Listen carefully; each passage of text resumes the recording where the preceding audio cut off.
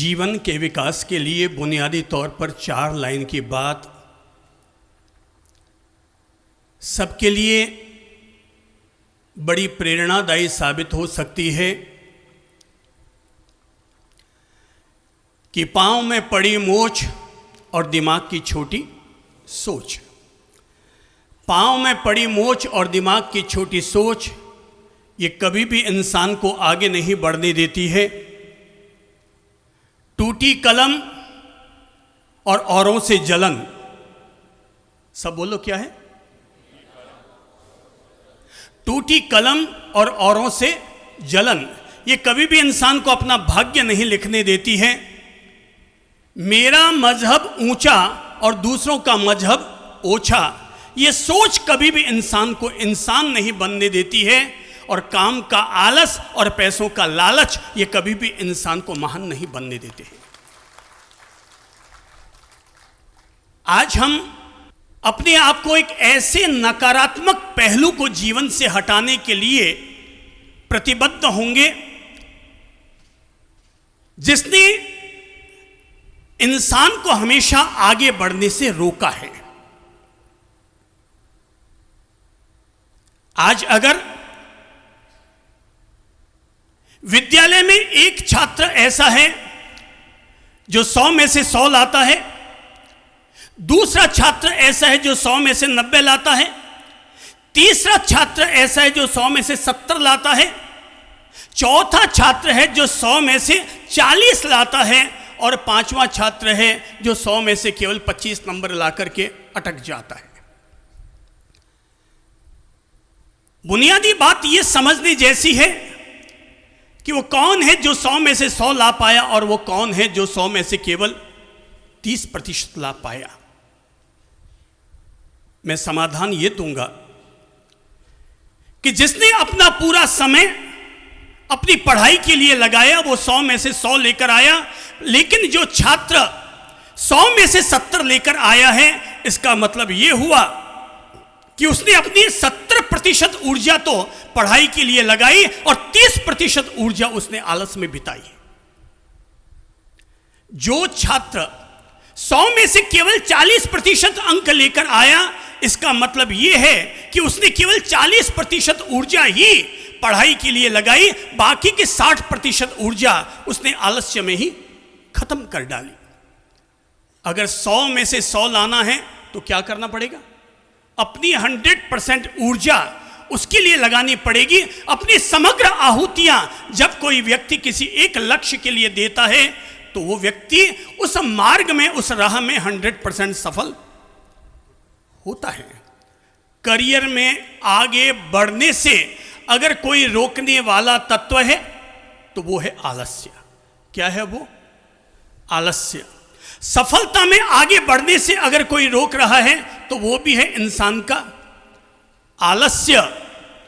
साधना करने से अगर कोई आदमी को रुकावट देता है तो वो भी है आलस्य। घर के बगल में मंदिर जी है, लेकिन वहां जाने से अगर कोई व्यक्ति रुक रहा है तो उसकी वजह है इंसान का आलस्य। ऐसा नहीं है कि व्यक्ति नहीं जानता कि मंदिर जाने से फायदा होता है, पढ़ाई करने से फायदा होता है, मेहनत करने से फायदा होता है, लेकिन एक आलस्य के चंगुल में फंस जाने के कारण आदमी चाहते हुए भी वो काम नहीं कर पाता है। इसलिए इंसान की जिंदगी में अगर सबसे बड़ा कोई दुश्मन है, मैं कहूंगा एक दफा क्रोध कर लोगे तो चल जाएगा, थोड़ा घमंड भी पाल लोगे तो चल जाएगा, पर अगर आलस्य कर बैठे तो, अगर हम आलस्य कर बैठे तो इंसान जहां है वहीं पर ही उसकी जिंदगी रुक जाएगी। इसलिए प्रगति का द्वार अगर कहीं से खुलता है तो वह है इंसान के द्वारा किया जाने वाला उद्यम, और इंसान के पांव में अगर कोई बेड़ी बांध कर रखता है तो वो है इंसान का अपना आलस्य। एक व्यक्ति जो आकर कहता है कि गुरुदेव आजकल मार्बल का धंधा बड़ा मंदा चल रहा है, मुश्किल से 40,000 कमा पाता हूं, क्या करूं, एक ग्राहक भी दुकान पर नहीं आता, मैं कहूँगा दुकान पर अगर ग्राहक नहीं आता है तो दुकान से बाहर निकलो। दुनिया दुकान तक सीमित नहीं है, आगे बढ़ने के लिए दुकान से बाहर निकलोगे तो और नए 100 ग्राहक मिलते चले जाएंगे। आदमी को उतना ही मिलता है जितनी वो अपनी ओर से आहुति देता है। केवल भाग्य के भरोसे बैठा रहने वाला आदमी जितना भाग्य में है बस उतना ही ले पाता है। लेकिन जो आदमी अपनी 100% आहुति देने के लिए समर्पित हो जाता है वो अपने भाग्य से भी कहीं ज़्यादा और अधिक फल पाने में सफल हो जाता है। ये वो बुनियादी बात है जो हर किसी व्यक्ति को अपने दिलों और दिमाग में उतार लेनी चाहिए, ताकि हमारे जीवन में पलने वाला आलस्य हम अपने जीवन से हमेशा के लिए निकाल सके। मैंने कई महिलाओं को भी आगे बढ़ते हुए देखा है, साधना में भी आगे बढ़ते देखा है, सामायिक में भी आगे बढ़ते देखा है और कमाई में भी आगे बढ़ते देखा है। पर बड़े वो ही हैं जिन्होंने अपने आलस्य का त्याग किया है, जिन्होंने अपनी बाउंड्री का मोह छोड़ा है। ये किसी को भी नहीं भूलना चाहिए कि दुनिया का कोई भी जहाज बंदरगाह पर खड़े रहने के लिए नहीं बनाया जाता। हर जहाज समंदर को पार करने के लिए बनाया जाता है, और अगर समंदर को पार करना है तो हमें लंगर खोलना पड़ेगा। हम सब लोगों को अपना आलस्य छोड़ना पड़ेगा। कुछ लोग होते हैं कामचोर, कुछ लोग होते हैं पढ़ाई चोर। हाँ, अतीत में कभी एक और चोर हुए थे जिनका नाम था माखन चोर। माखन चोर चलेगा, चित्त चोर भी चलेगा, लेकिन काम चोर और पढ़ाई चोर तरक्की करेगा? वहीं पर अटका हुआ रह जाएगा। जो पढ़ाई चोर होती है उनका रवैया कैसा होता है? घर में आया चोर, घर में आया चोर, और जब वो चोरी करके अपना सामान ले जाने लगा कि बच्चे की आंख खुल गई। बच्चे ने कहा, ए चोर अंकल, चोर अंकल, केवल सामान ही लेकर मत जाओ, मेरी पढ़ाई का बस्ता भी अपने साथ लेकर जाओ। बोले, अरे मेरे पास तो पहले से ही ओवरलोड हो गया, इतना सामान मैंने इकट्ठा कर लिया, अब मैं कहां से इतना सामान के साथ तेरा पढ़ाई का बस्ता लेकर जाऊंगा। बोले, चोर अंकल खबरदार, अगर जाते समय मेरा पढ़ाई का बस्ता भी अगर साथ नहीं लेके गए तो मैं शोर मचा दूंगा, और जो इकट्ठा किया वो भी सब यहीं पर पड़ा रह जाएगा। दुनिया में कुछ होते हैं पढ़ाई चोर, और जो पढ़ाई चोर होते हैं वे लोग ही 100 में से केवल 40% मार्क्स लाकर के नीचे अटके हुए रह जाते हैं। ऐसे लोग कोई जाति के आधार पर, कोई आरक्षण के आधार पर अपने आप को आगे बढ़ाना चाहेगा। असली मजा तो तब है कि जब तेरी जाति तो हो सकता है छोटी हो, पर पढ़ाई में अगर तू अव्वल है तो तू इंडिया में रहेगा तब भी तेरी इज्जत रहेगी, और अमेरिका में चला जाएगा तब भी तेरी इज्जत रहेगी। अगर केवल जाति के आधार पर पास होकर निकले तो तेरी कीमत केवल इंडिया में रहेगी, पर अगर अपनी क्वालिटी के आधार पर, अपनी मेहनत के आधार पर अगर आगे बढ़े तो इंडिया में नहीं अमेरिका में जाओ तब भी तेरी इज्जत रहेगी। अगर किसी ICI बैंक का तुम्हें डायरेक्टर बनना है, किसी भी बड़ी कंपनी का अगर CEO बनना है, तो उसके लिए जाति काम नहीं आती। आदमी ने अपनी तरफ से कितनी आहुति दी है ये चीज उसके काम आती है। हमें ये तय करना है, मैं जाति के आधार पर बड़ा आदमी बनना चाहता हूं या अपनी क्वालिटी के आधार पर, अपनी गुणवत्ता के आधार पर, अपनी मेहनत के आधार पर आगे बढ़ना चाहता हूं। एक महिला ने कहा कि गुरुदेव, आजकल बेटियां भी बेटों से किसी भी दृष्टि से कम आलसी नहीं होती। मैंने कहा, माता जी आप कहने क्या चाहते हैं बहन, कि बेटियां भी आजकल बेटों से कम आलसी नहीं होती? बोले, मजाल है साहब, घर के किसी भी काम में हाथ लगा दे, दिन भर केवल कमरे में बैठी रहती है, मजाल है कभी किसी भी काम में हाथ लगा दे। पहले जमाने में बेटे घर के कामों में हाथ नहीं बटाते थे, आजकल तो बेटियां भी घर के काम में हाथ नहीं बटाती है, केवल बेचारी मम्मी ही दिन भर घर के कामों में लगी रहती है। ऐसे लोग हो सकता है वो पढ़ाई के मामले में आगे निकल जाए, पर बाकी के सब मामलों में क्या हो जाएंगे? फिसड्डी साबित हो जाएंगे। एक है कामचोर, एक है पढ़ाई चोर, मैंने कहा तीसरा होता है माखन चोर। माखन चोर चोरी करके भी सारे जगत का भगवान बन जाएगा, पर एक काम चोर आदमी जहां है वहीं पर ही अटका हुआ रह जाएगा। वो ऐसी नस्ल है जिसकी खेत में कोई फसल नहीं है। वो एक ऐसा खेत है, ऐसा पथरीली जमीन कि जिसमें कभी कोई फसल नहीं लगने वाली। ऐसे लोग ही कमजोर रहते हैं। चाहे कोई व्यक्ति संत बने या गृहस्थ बने, मैं हर किसी व्यक्ति से कहूंगा अपने आप पर इतना काम कर लो, इतना काम कर लो कि तुम जिस गली से गुजर जाओ 100 हाथ तेरे समर्थन में जरूर खड़े हो जाने चाहिए। संत है, दीक्षा ले ली, और संत बनकर के भी अगर केवल उपाश्रम में बैठने रह गए तो भाई साहब आहारचर्या कर लो, अपने कपड़े लत्ते धो लो, अपनी धार्मिक क्रियाएं कर लो, पर इसके अलावा मानवता के लिए आपकी सेवाओं का कभी भी कोई मूल्य नहीं हो पाएगा। अगर अपना मूल्य बनाना है, मैं कहूँगा तुम संत बनो या गृहस्थ में रहो, अपनी औकात जरूर बनाओ। यहाँ दुनिया में ये आपके पहनावे नहीं पूछे जाते हैं। यहाँ दुनिया में आप जो डायमंड के सेट पहन पहन कर घूम रहे हैं, ये केवल आप ही देख करके राजी होते हैं, बाकी किसी को फुर्सत नहीं है। यहाँ तुम्हारी इज्जत तब है जब तुम अपनी औकात बनाकर समाज में रहोगे। औकात पूजी जाती है, औकात पूजी जाती है। आदमी के गहने पूजे जाते हैं कि नहीं? महिलाएं जवाब दीजिए, औकात पूजी जाती है कि गहने? औकात। एक रास्ते से एक व्यक्ति अपनी मोटरसाइकिल पर जा रहा था। चलते चलते उसे बड़ी प्यास लगी। सोचा प्यास बड़ी तेज लग रही है, कहीं कोई पानी मिल जाए तो पानी पी लेता हूं। तभी उसकी नजर पड़ी, एक दूर में कहीं कुआं नजर आया। वो वहां पर पहुंचा, मोटरसाइकिल से नीचे उतरा, देखने लगा कोई पानी पिलाने वाला है क्या। कुआं भी था, बाल्टी भी थी, रहट भी था, पर कोई वहां पानी पिलाने वाला नहीं था। सोचा क्या करूं? बोले भाई मैं कैसे पानी निकालूंगा, मैं तो अमीरों की औलाद हूं, मैं तो अमीरों की औलाद हूं, मैं अपने हाथ से पानी निकाल कर कैसे पीऊंगा। ये सोच करके वो वहीं पर ही एक किनारे बैठ गया, किसी और के इंतजार में कि कोई आए तो मुझे पानी पिलाए। इतने में ही घोड़े पर चढ़ा हुआ एक और आदमी आया। वो भी वहां कुएं के पास आया और आकर के कुएं में झांका, पानी भी है, बाल्टी भी है।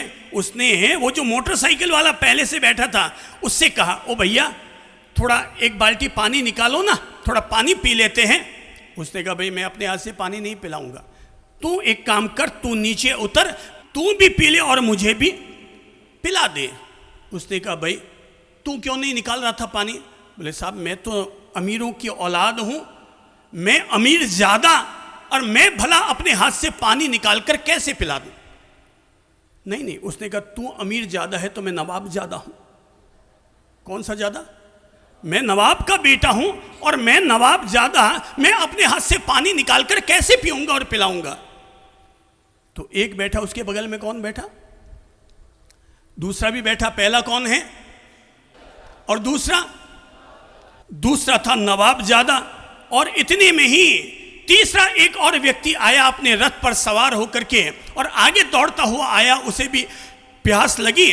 वो पास में आया और उसने कहा ए भैया जरा एक बाल्टी पानी निकालना। तो अमीर ज्यादा ने कहा किस पर रौब छांट रहा है, मैं अमीर ज्यादा, मैं पानी निकाल कर नहीं देने वाला। अरे उसने कहा भाई दूसरा आदमी निकाल लो। उसने कहा मैं नवाब ज्यादा, मैं पानी निकाल कर नहीं पिलाने वाला। उसने कहा जब तुम दोनों नहीं निकाल सकते तो मैं कैसे निकालूंगा, मैं तो तुम दोनों से बेटर हूं। बोले कैसे बेटर? बोले मैं शहजादा हूं। क्या हूं मैं? शहजादा हूं। बोले अच्छा तुम शहजादे हो। अब वो भी लाइन पर आकर के बैठ गया। बाल्टी पास में, कुआं पास में, डोरी पास में, निकालने का सामर्थ्य भी खुद के पास में है, मगर फिर भी सारे के सारे प्यासे। किस वजह से? ये आलसियों की औलाद, ये आलसियों की औलादें हैं सब, कि जिनके घर में पैसा तो खूब हो गया मगर फिर भी काम चोर हैं, काम करने की आदत नहीं है, इसलिए अपनी प्यास भी खुद अपने हाथों से बुझा नहीं सकते। तीनों वहीं पर बैठ गए। इतने में ही एक साइकिल पर चलता हुआ आदमी आया, और वो जैसे ही साइकिल उसने देखा कि कुआं पास में है, झट से उसने साइकिल रोकी और बाल्टी उठाई पानी पीने के लिए। जैसे ही वो बाल्टी उठाई कि तीनों एक साथ चिल्ला पड़े। क्या बोले होंगे? ओ भाई जरा हमको भी पिला देना, थोड़ा पानी हमें भी पिला देना। उसने सोचा कि यार तुम तीनों बैठे हो और पानी अपने आप निकाल कर नहीं पी सकते थे। उसने कहा भाई हम कैसे निकाल कर पी सकते? बोले यार तुम तीनों हट्टे कट्टे दिखाई दे रहे हो, ये बड़े टनाटन डायमंड के सेट पहने हुए नजर आ रहे हो, ये शानदार तेरे सूट पैंट और टाई सब नजर आ रही है, और तुम लोग अपने आप पानी नहीं पी सकते थे। एक ने कहा भाई हम कैसे निकाल कर पिएंगे, हम तो अमीर ज्यादा है। दूसरे ने कहा मैं नवाब ज्यादा। तीसरे ने कहा मैं शहजादा। उसने कहा बाल्टी डाली कुएं में, पानी निकाला और दोनों हाथ ऊपर उठा करके मस्ती से पानी पीने लगा। जब पूरा पानी पी लिया तो तीनों लोग खड़े हुए पानी पीने के लिए, पर वो ऐसा आदमी निकला, उसने जो बचा हुआ आधा बाल्टी पानी था वापस कुएं में डाल दिया। अरे वो तीनों एक साथ खड़े हुए चिल्लाने लगे, अरे तुम कैसे आदमी हो, हम तीनों प्यासे बैठे हैं और तुमने बाकी का आधा पानी कुएं में डाल दिया। बोले मेरे हाथ का पानी तुम्हारे काम नहीं आएगा। बोले क्यों? बोले तू अमीर ज्यादा है ना, तू नवाब ज्यादा है, तू शहजादा है, मैं तुमसे बड़ा ज्यादा हूं। बोले तू कौन सा ज्यादा है? साइकिल छाप आदमी और कह रहा है कि मैं तुमसे बड़ा ज्यादा। बोले मैं हराम ज्यादा, मैं हराम ज्यादा, मेरे हाथ का पानी तुम्हारे काम नहीं आएगा। बोले भाई अभी तक हमने अमीर ज्यादा सुना, नवाब ज्यादा सुना, शहजादा सुना, ये हराम ज्यादा ये कौन सी नस्ल है? बोले जहां पर तीन बड़े बड़े लोग आकर के भी औकात होते हुए भी अपने आप को निर्बल और दुर्बल बना बैठते हैं, जहां पर ये तीन कौम काम चोर बन जाती है, वहां पर चौथी कौम को पैदा होना पड़ता है, जिसका नाम है, कौन सा नाम है? हराम ज्यादा। हराम को थोड़ा संधि विच्छेद करो तो क्या बनता है?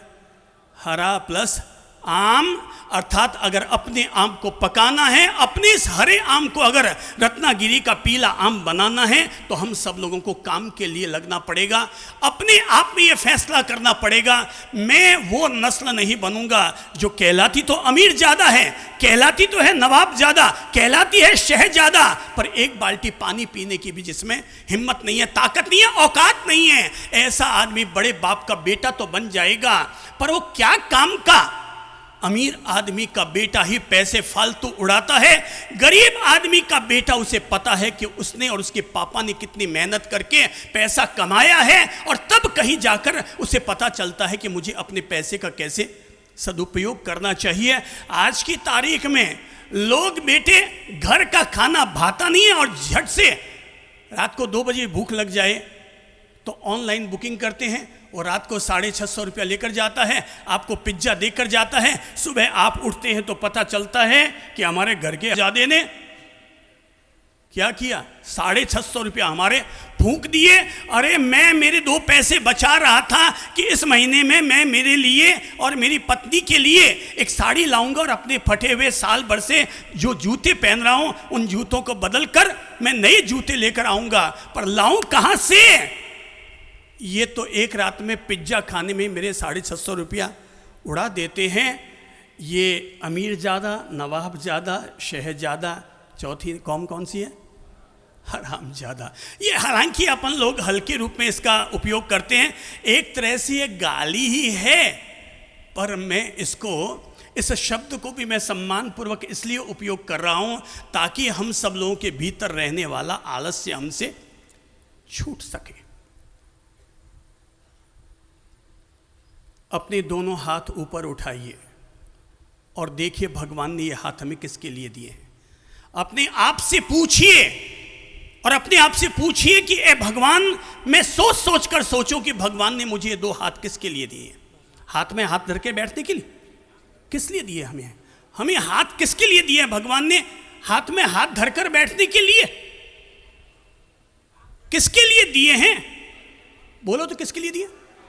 काम करने के लिए दिए। ये 2 पांव हमें किसके लिए दिए हैं? टांग पर टांग धरकर बैठने के लिए? किसके लिए दिए हैं भगवान ने हमें ये पांव? सावधान, कुर्सी पर बैठे रहना दिन भर ये सुखदाई तो हो सकता है, पर कभी भी इसका कोई परिणाम नहीं होता। परिणाम तो तभी होगा जब हर आदमी अपनी कुर्सी के मोह को छोड़ेगा और इस कुर्सी के पद का सदुपयोग करने के लिए अपनी टांगों का उपयोग करेगा। अगर कोई व्यक्ति, जिस व्यक्ति को भगवान ने हाथ और पांव दिए हैं, और वो व्यक्ति अगर 1 गिलास पानी भी खड़ा होकर पीने की हिम्मत नहीं रख रहा है, उसमें भी अगर आलस्य खाता है, तो मैं कहूंगा ये आलस्य खाना उस परम पिता विधाता का अपमान है जिसने हमें काम करने के लिए हाथ और पांव दिए हैं।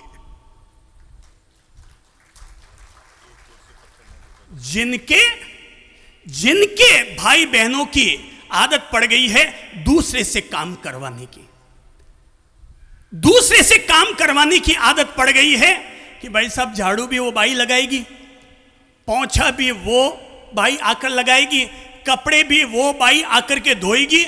मैं उन सब से कहूँगा, ए मेरे प्लीज मम्मी पापाओं, अपने अपने बेटा और बहू को एक बार 2 साल के लिए अमेरिका भेज दो, वो अपने आप सुधर कर आ जाएंगे, क्योंकि वहां पर झाड़ू निकालने वाला कोई नहीं मिलता है।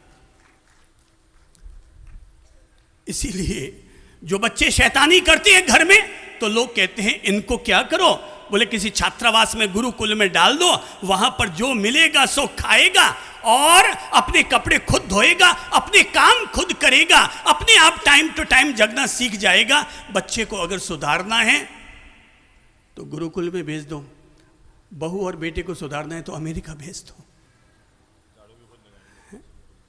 अमेरिका में जैसे ही फ्लाइट से उतरोगे ना, यहां तो जैसे हम रेलवे स्टेशन से उतरते कुली कुली कुली, और अमेरिका में एरोड्रम पर जैसे उतरोगे ना,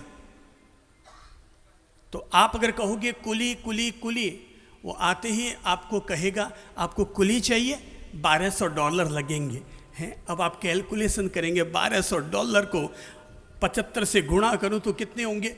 अरे यार, ये तो बहुत लंबा मामला पहुंच रहे। नहीं, फिर तो खुद ही अपना उठाना शुरू कर दो।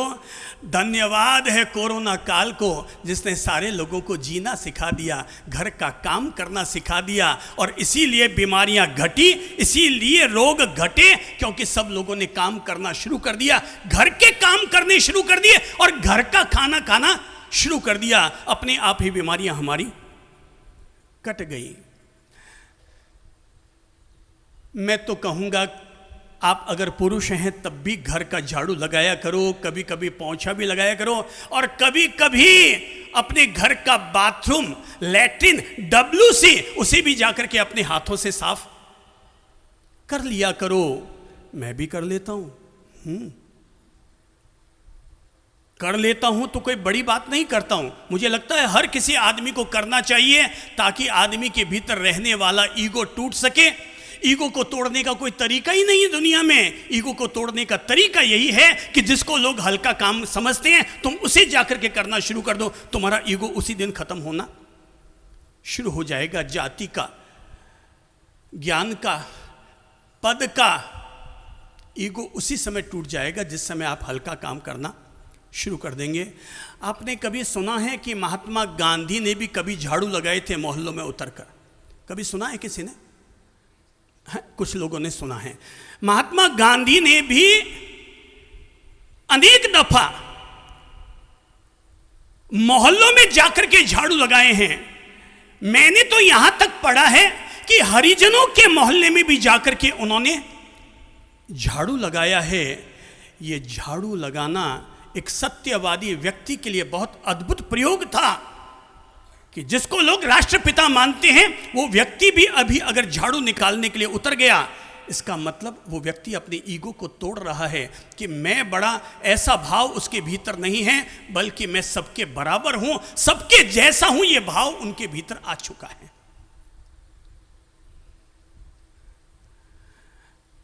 मेरे प्यारे प्रभु जी, जीवन में तरक्की करने के लिए, आगे बढ़ने के लिए, साधना को सफल करने के लिए एक चीज को छोड़ना जरूरी है, और वो है,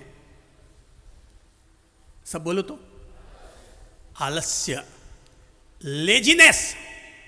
कभी भगवान महावीर ने कहा था कि जीवन क्षणिक है, आलस्य मत करो। Life is short, don't lazy. Life is short, don't be lazy. जीवन बहुत छोटा सा है, यह आलस्य करने के लिए नहीं मिला है, बल्कि अपने आप में कुछ काम करने के लिए हमें ये मिला है। ये दो हाथ, ये दो पांव हमें काम करने के लिए हमेशा प्रेरित करते हैं, और इन हाथों और पांवों में अगर हम ऊर्जा रोज भरा हुआ रखते हैं, ये हाथ और पांव हमें जिंदगी भर हमेशा साथ देते रहेंगे। कभी आपने अपने जीवन में अगर चींटी को चलते हुए देखा हो, तो मैं कहूँगा जितने लोग आलस्य खाते हैं, वे लोग कभी चलती हुई चींटी के पास जाकर बैठे और देखें वो एक कण के लिए कितनी मेहनत करती है। चींटी कितनी मेहनत करती होगी, कल्पना कीजिए, चींटी कितनी मेहनत करती है। उसे पता है कि ये एक आटे का कण मंच पर यहां चंद्र प्रभु के पास पड़ा है, और वो पंडाल के उस छोर से चलना शुरू करती है।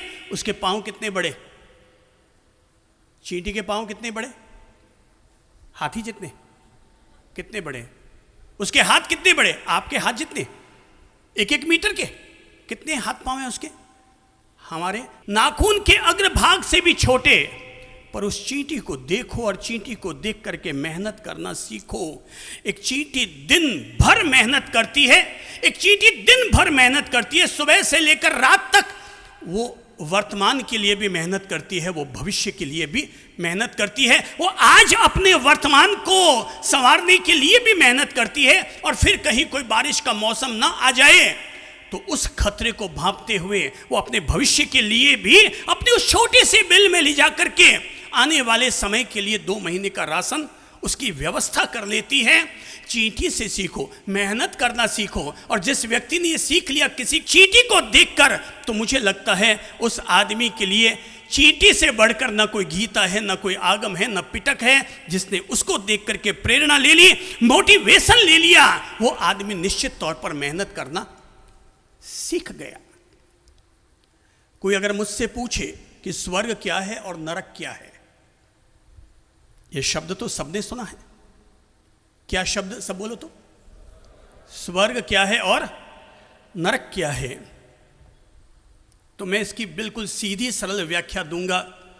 मैं स्वर्ग और नरक को आकाश और पाताल के साथ नहीं जोड़ता। मेरी समझ से स्वर्ग और नरक ये दोनों ही जीवन जीने की अलग अलग दशा का नाम है। इंसान की जीवन जीने की शैली के 2 अलग अलग दिए गए नाम हैं। नरक यानी सबसे निचला स्तर, और स्वर्ग यानी सबसे ऊंचा वाला स्तर। तो क्या है स्वर्ग, क्या है नरक? तो मैं कहूंगा आलस्य भरी जिंदगी जीना, इसी का नाम है नरक, और उद्यम से भरी हुई जिंदगी जीना, इसी का नाम है स्वर्ग। क्योंकि स्वर्ग के सारे रास्ते अगर कहीं से निकलेंगे तो इंसान के उद्यम से ही निकलेंगे। तभी तो कहा गया कि उद्यमेन ही सिद्ध्यन्ति कार्याणि न मनोरथै। उद्यम से ही सारे कार्य सिद्ध होते हैं। केवल मन करते रहने से काम हमारे सिद्ध नहीं होते। कई आलसी होते हैं, कई आलसी होते हैं, वो केवल पड़े पड़े सोचते रहते हैं, मैं ये खाऊंगा, मैं ये करूंगा, मैं वो करूंगा, मैं वो करूंगा। ओ भाई साहब, ये करूंगा करूंगा करूंगा मैं तो कई लोग अब तक सिधार चुके हैं। इंसान को करूंगा नहीं बल्कि करता हूं अपने प्रेजेंट टेंस में आना चाहिए। फ्यूचर टेंस से बाहर निकलो और प्रेजेंट टेंस में आओ। अगर कोई भी व्यक्ति मेहनत करनी शुरू करेगा, हमसे ही जुड़ी हुई एक महिला है, आज उनकी उम्र करीब 82-83 साल की होगी, और जब उन्होंने हमें जोधपुर के गांधी मैदान में चल रहे प्रवचन में खड़े होकर बताया कि गुरुदेव, जब मैं 60 वर्ष की थी तो मेरे पति का स्वर्गवास हो गया था और मेरे बच्चे मुझसे उससे पहले ही अलग हो गए थे। मैं अकेली रह गई थी, मैं क्या करूं, मैं मेरी जिंदगी कैसे चलाऊं। मैंने तब अपने आप पर गौर किया और किया कि मुझे लगा कि मुझे अब कुछ काम करना चाहिए, पर मैं अनपढ़ महिला, पुरानी जमाने की महिला, मुझे मेरे माँ बाप ने नहीं पढ़ाया था, मैं करूं तो क्या करूं। मैंने उससे 2 दिन पहले ही खींचिया बनाए थे। क्या बनाए थे? खींचिया जानते हैं ना, मक्की के भी बनते हैं, चावल के भी बनते हैं, आटे के भी बनते हैं।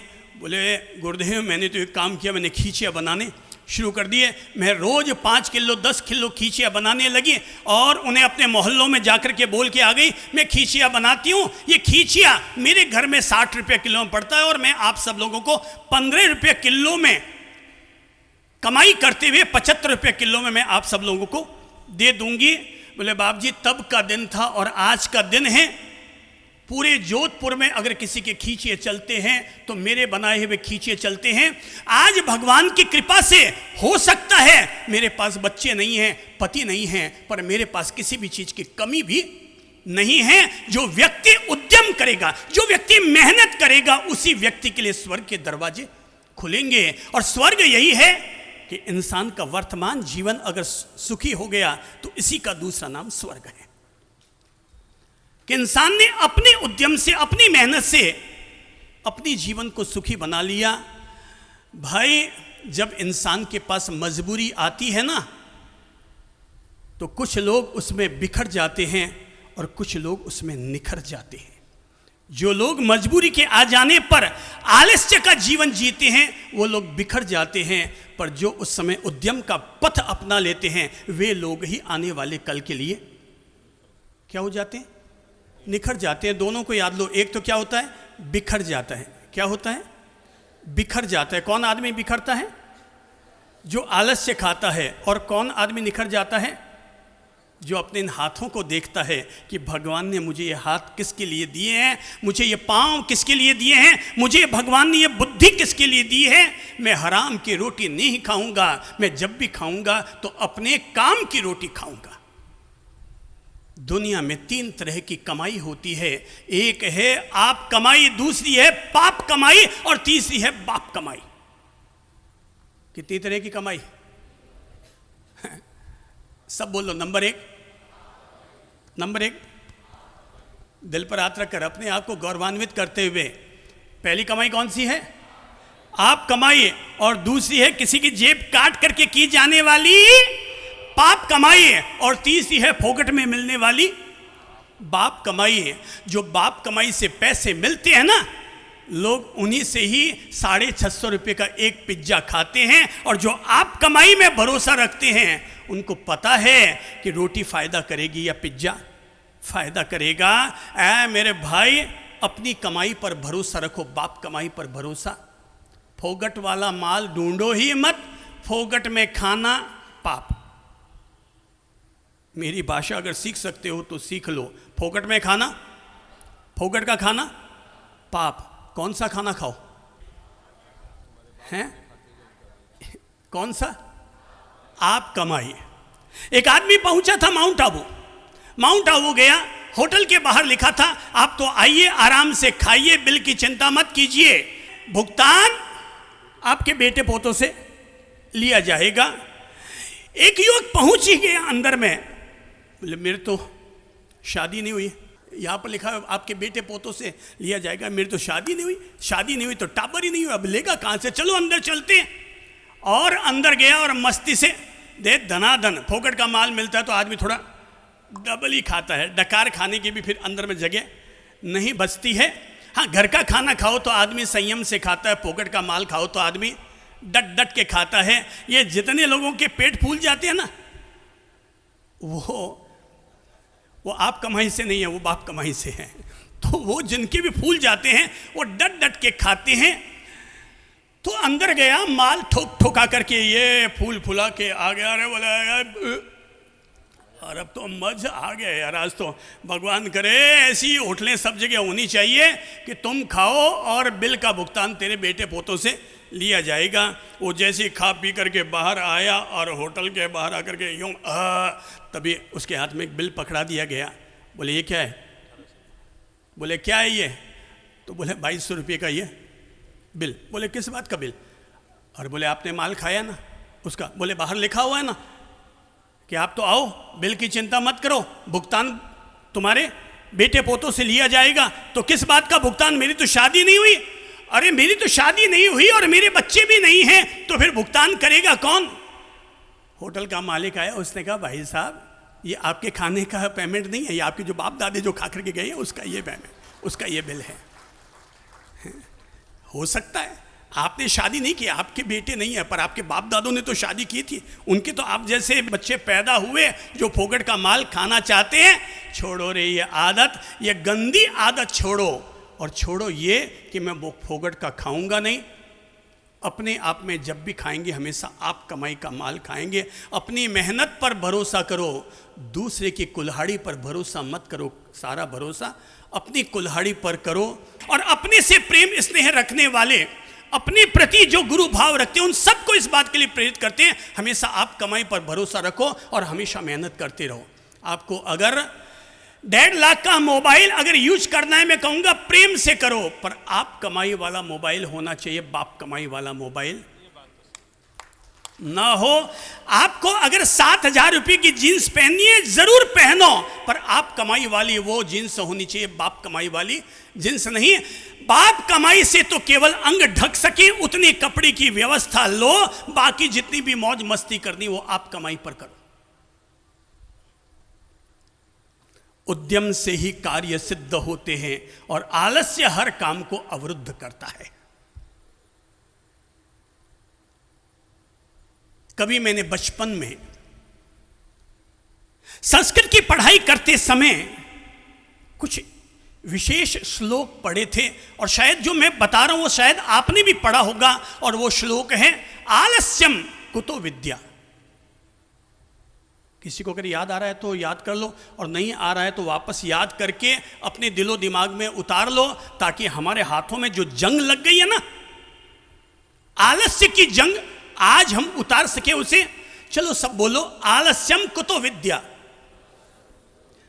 जो अभी नहीं बोल पाए वो भी बोल लो, आलस्यम कुतो विद्या। आपको पता है मैंने जब अभी बुलाया है ना, तो अभी भी कहीं यहां पर आलसी बैठे। बोले कौन बोले? बोले मैं कौन बोलूं भाई? वो अगला बोल रहा है ना, वो अगला बोल रहा है, मेरा पड़ोसी बोल रहा है, मैं क्यों बोलूं? बोले मैं क्यों बोलूं? गुरुजी ने कहा बेटा सोने का समय हो गया है। गुरुजी और चेला जी दोनों सोने के लिए जा रहे हैं। गुरुजी को लगा कि भाई कुटिया का दरवाजा बंद करना है, शिष्य को कहूँ दरवाजा बंद कर ले, अगर मैं ऐसे कहूँगा तो नट जाएगा। तो उसने कहा गुरुजी ने कहा बेटा एक काम कर, थोड़ा जरा बाहर झांक करके देख, थोड़ा झिरमिर झिरमिर की आवाज़ आ रही है, थोड़ा देख कर तो आ बाहर में कि कहीं बारिश गिर रही है कि नहीं गिर रही है। उसने कहा गुरुजी अभी अभी बिल्ली अंदर आई है, आप उसके ऊपर हाथ फेर कर देख लीजिए, अगर वो गीली है, अगर वो गीली है तो बारिश आई है, और अगर उसकी बॉडी सूखी है तो बारिश नहीं आई है। गुरुजी ने कहा यार चेला बड़ा उस्ताद है, अब इसको कैसे कहूँ भाई, खड़ा हो तो कहूँ कि भाई दरवाजा बंद करके आ। उसने कहा कि बेटा एक काम कर, ये थोड़ा सा जो लाइट जल रही है ना, थोड़ा सा एक काम कर बेटा, इस लाइट को थोड़ा बंद करके आ जा। चेले ने कहा गुरुजी आंखें बंद कर लो ना, क्यों फालतू तकलीफ देते हो, आंखें बंद कर लो, ऊपर चदरिया ओढ़ लो, अपने आप लाइट बंद हो जाएगी। गुरुजी को लगा यार अब ये चेला किसी भी हालत में यूं मानने वाला नहीं, एक नंबर का आलसी है, आलसी। तो गुरुजी ने कहा अब छोड़ यार तू, अब मैं तुझे सीधी बात कहता हूँ, खड़ा हो और कुटिया का दरवाजा बंद कर ले। चेला भी तो पक्का एक नंबर का आलसी, आपका ही पड़ोसी, एक नंबर का आलसी आपका ही पड़ोसी। और उसने झट से कहा गुरुदेव 2 काम मैंने निपटा दिए, अब एक काम तो आप भी निपटा लीजिए। 2 काम मैंने निपटा दिए, एक काम आप भी निपटा दीजिए। आलसी कभी नहीं सुधरते, आलसी कभी नहीं सुधरते। आलसियों को काम करने के लिए तो दूर, उनको बोलते हुए भी तकलीफ होती है। खुद अपने आप को मोटिवेट करो, खुद अपने आप को जगाओ। मैं भी जगाता हूँ, आप भी जगो। मैं आपको रोजाना जगाने का ही तो काम करता हूँ। मेरा काम है सोए हुए आदमी पर आधा चुल्लू पानी छिड़कना, और वो सावधान होकर के जगेगा। चलो आओ साथ साथ बोलते हैं, आलस्यम कुतो विद्या। हाँ, अब लग रहा है कि आपका आलस कहीं न कहीं से बाईपास निकला है। आलस्यम कुतो विद्या, कुतो वित्तम, कुतो यशः। वापस बोलिए, आलस्यम कुतो विद्या, कुतो वित्तम, कुतो यशः। वापस याद करते हुए बोलिए, फिर अपने आप को अंदर तक ले जाते हुए बोलिए, अपने सबकॉन्शियस माइंड तक बात को ले जाते हुए बोलिए, आलस्यम कुतो विद्या, कुतो वित्तम, कुतो यशः। ज्ञानी कहकर गए हैं कि आलसी आदमी कहां से तो विद्या पाएगा, कहां से पैसा कमाएगा, और कहां से यशस्वी जीवन का मालिक बनेगा। जो कुछ करेगा ही नहीं तो फिर वो पाएगा कहां से? यहां पाता तो वही है जो अपनी ओर से कुछ करता है। बच्चे से कहो, बेटा जा, सुबह का समय है, ब्रेड का एक पैकेट लेकर आ जा। पापा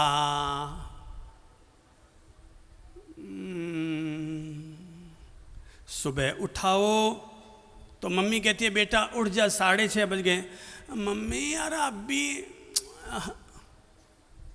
आलसी कहीं का। मम्मी झट से कहती है, आलसी कहीं का? अब मम्मी आपकी जो इच्छा सो कह दो, मैं तो सोया हूं। ऐसा बोलने वाले व्यक्ति का कोई भविष्य है या नहीं है? क्या बोलेंगे? जोर से बोलो तो। नहीं है। आपने कहा कि बेटा सुबह नाश्ते का समय हो गया, जा और चौराहे से ब्रेड का पैकेट, बिस्किट का पैकेट लेकर आ जा। और वो कहता है, पापा अरे यार आप भी। क्या ऐसा आदमी बड़ा होकर के अपनी गृहस्थी बसा पाएगा? क्या वो अपनी गृहस्थी का ढंग से संचालन कर पाएगा? हाँ या ना? ना। आलसी का ना कोई वर्तमान होता है, ना कोई भविष्य होता है। आलसी आदमी का, सब बोलो तो, ना कोई वर्तमान होता है और ना कोई भविष्य होता है। अरे काम करोगे तो गलती भी होगी, उपालंब भी मिलेगा, सड़क पर चलोगे तो ठोकर भी लगेगी, पर अगर चलोगे ही नहीं, तुम सोचोगे मुझे ठोकर तो नहीं मिलेगी। अगर ये सोचते रहे मुझे ठोकर तो नहीं लगेगी, वो आदमी कभी 2 कदम भी आगे सफलता की तरफ नहीं बढ़ पाएगा। सफलता की तरफ वही आदमी बढ़ता है जो आदमी विफलता का सामना करने के लिए तैयार रहता है। दुनिया के हर सफल आदमी को अपनी जिंदगी में 100 दफा असफलता का स्वाद मिला है। हर सफल आदमी को 100 दफा विफलता का स्वाद मिला है। अनिल बाबू खड़े होइए तो। आप अपने आप को सफल आदमी मानते हैं कि विफल आदमी? अभी तक तो सफल मानता हूं। वेरी गुड, ताली बजाइए, अभिनंदन कीजिए। यही है मेंटेलिटी को अब मैं सेट कर रहा हूं सब लोगों की। ये कह रहे हैं अभी तक तो मैं अपने आप को सफल मानता हूं। मैं जरा आपसे पूछूंगा, आप अपने आप को सफल मान रहे हैं कि अभी तक तो मैं अपने आप को सफल मान रहा हूं? अब जरा मुझे आप बताइए, क्या आपने अपनी जिंदगी में कभी असफलताओं का भी स्वाद लिया है? बहुत सी बार बाजी, बहुत संघर्ष किए हैं और कई बार असफलता मिली, लेकिन उससे जूझते हुए आगे बढ़े बाजी। सभी लोग प्रेरणा लीजिए। ये चातुर्मास के लाभार्थी अनिल बाबू कह रहे हैं कि मैं आज तक सफल हूं, पर मैंने आज की स्थिति तक पहुंचने के लिए बहुत सारी असफलताओं का सामना किया, बहुत संघर्ष किया है, और तब कहीं जाकर के आज मैं यहां हूं। कहां हूं आज मैं? क्या करूं मैं? हाथ ऊपर उठाकर बोलो, अपने आप से कहो, आज मैं किसकी वजह से हूं? मैंने असफलताओं का स्वाद चखा, इसलिए आज मैं यहां तक हूं। और अगर मैं आलस से खाता तो मैं कहाँ रहता? तो मैं कहाँ रहता? हाथ नीचे ले जाओ, यही सफलता वाला हाथ अब नीचे ले जाओ। कहाँ रहता मैं? जमीन में कि आसमान पर? जमीन में बात। जमीन पर। आसमान तक पहुंचना है तो हमें क्या करना पड़ेगा? क्या करना पड़ेगा? आलस्य छोड़ना पड़ेगा, संघर्ष करना पड़ेगा बाबा जी। पिछले रविवार को जिन्होंने सब लोगों को ज्ञान का पुष्प दिया था, मैं सुखलाल जी साहू को खड़ा करूंगा। खड़े हुए तो सुख प्रभु, सुखलाल जी। चलिए, आप अपने आप को आज क्या मानते हैं, सफल व्यक्ति कि असफल व्यक्ति? सफल व्यक्ति मान। सफल व्यक्ति है। ये सफल, आज अपने आप को मान रहे कि मैं सफल व्यक्ति है। आपने क्या अपनी जिंदगी में असफलताओं का स्वाद चखा है? बहुत सा संघर्ष किया है और बहुत से असफलता का स्वाद चखा है गुरुदेव। आपका बचपन कैसा था, गरीब या अमीर? गरीब था और मैं 11 साल का तब 4 पहिए के थैला लेके दही बेचने जाता था। Very good. सब सुनिएगा, जब ये कह रहे जब मैं 11 साल का था तो 4 पहिए का ठेला लेकर के दही बेचने जाता था। दही बेचने जाता था। और वेरी गुड। कॉलोनियों में दही बेचता था, 15 पैसे पाव दही बेचा हुआ है मैंने। 15 पैसे पाव दही बेचा हुआ है। और भी थोड़े 2-4 संघर्ष की कहानियां सुना दीजिए। गुरुदेव बहुत संघर्ष किया, आप क्या सानिया बता, आपका आशीर्वाद मिल गया जो बहुत है। क्या बात है, क्या बात है, क्या बात है। आज ये आदमी जिसको मैंने ऐसे ही सहज सामने बैठा था, नजर मिल गई तो मैंने इनको खड़ा कर दिया। पर ये आदमी कह रहा है कि साहब मैंने 15 पैसे पाव में दही बेचा हुआ है, ठेला लेकर चलता था, ठेला लेकर चलता था और दही बेचने का काम करता था। आप ऐसे साहू हैं, है ना? हाँ जी। साहू किस में आते? तेली में आते में हैं। तेली में आते हैं। जरा कोई आदमी बताएगा तेल कैसे निकलता है? कैसे निकलता है? हाँ बोलिए तो प्रभु जी, आप खड़े होंगे क्या? हाँ, हैं? आपको पता है कितनी मेहनत करनी पड़ती है तेल को निकालने के लिए? कितनी मेहनत करनी पड़ती होगी भाई साहब? कभी एक बार बैल बन करके देखो और आगे चल करके देखो, तब पता चलेगा कि दिन भर बैल कितना घूमा है, तब कहीं जाकर के तिल में से तेल निकला है। और ऐसे ही कोई आदमी तेली से साहू बना है। अगर कल तक जो 15 पैसे पाव में दही बेचता था, आज वो शहर का 1500 करोड़ का व्यापार कर रहा है। तो ये आदमी तभी संभव है जब आदमी ने अपने जीवन में संघर्ष किया है। चलिए, मैं इनके आगे वाले एक और सज्जन को खड़ा कर रहा हूं। कालूलाल जी साहब जरा खड़े हुए। तो आप अपने आप को सफल आदमी मानते हैं कि असफल? सफल आदमी। क्या आपने अपनी जिंदगी में विफलताओं का सामना किया है? खूब बार का मतलब क्या होता है? संभावनाएं बिल्कुल खत्म होने के बाद संघर्ष का काम किया। संभावनाएं बिल्कुल, थोड़ा डिटेल में बोलिए ना, थोड़ा कि लोगों को प्रेरणा मिल सके। ये सब अपने भाई बहन है, कुछ ऐसा वैसा मत सोचिए कि मेरा हल्का लगेगा। मैं आप लोगों को इसलिए खड़ा कर रहा हूं ताकि हम में से जो लोग कमजोर हैं वे लोग, उन लोगों का जोर बढ़ सके, इसलिए मैं आप सब लोगों को उत्साहित कर रहा हूं। ओके, बचपन कैसा था? मेरे फादर 8 साल की उम्र में शांत हो गए। इनके पिताजी 8 साल की उम्र में शांत हो गए। अच्छी बात है, मैं उन्हें श्रद्धांजलि देता हूं। आगे बोलिए। तो मदर और हम लोगों ने सब्जी, पान का थैला यहाँ से शुरुआत की। ये कौन आदमी बोला है? सुनिएगा, ध्यान से सुनिएगा। ये शहर का एक अत्यंत अमीर आदमी बोल रहा है कि हमने क्या किया है, सब्जी के ठेले लगाए हैं। और क्या किया होगा? पान का थैला, सिलाई की दुकान, पान का ठेला, सब्जी की दुकान। और हर मेले में जाके दुकान लगाते थे। हर मेले में जाकर के दुकान लगाते थे। ये वो आदमी कह रहा है जिसने हमारा पिछला चातुर्मास, अकेले व्यक्ति ने हमारा संपूर्ण चातुर्मास का लाभ लिया था।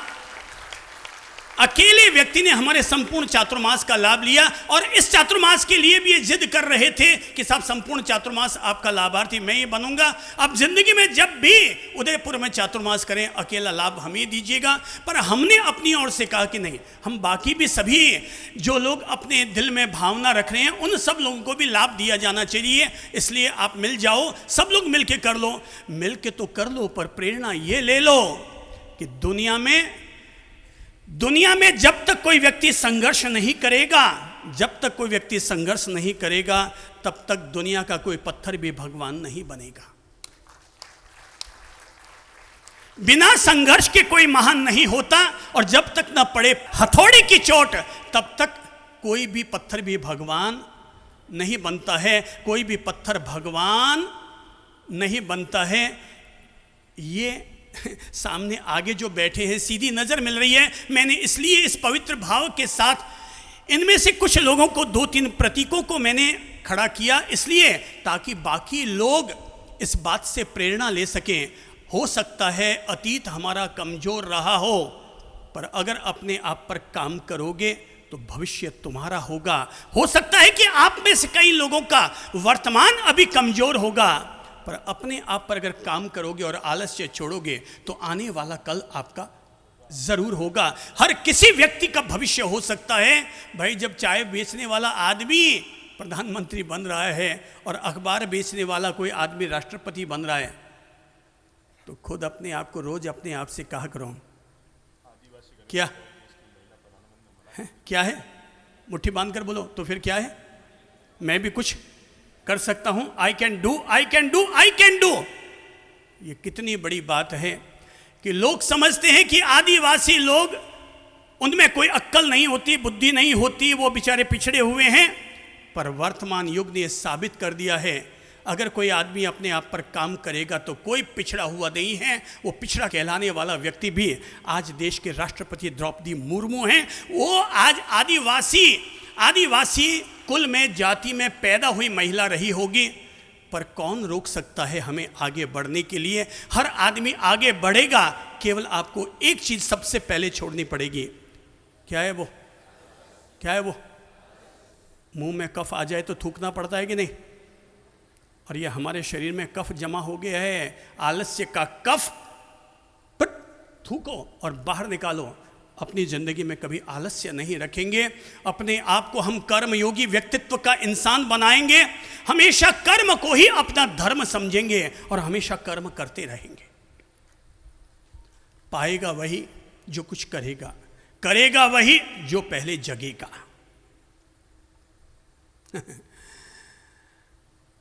मेरे भाई, 3 दोस्त निकले थे घूमने के लिए।